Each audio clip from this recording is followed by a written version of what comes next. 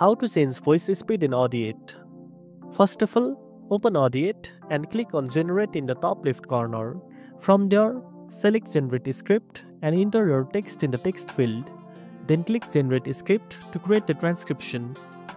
Next, go back to Generate and this time select Generate Audio. Here you can change the voice as well as the speed of the voice. By default, the speed will be set at 1 for normal sound.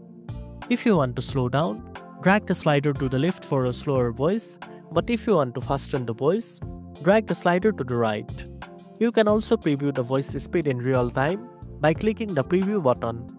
Once you set the desired speed as per your performance, toggle the Apply to Entire Project option and then click on Generate Audio. This will change the voice speed throughout your project. And that's it.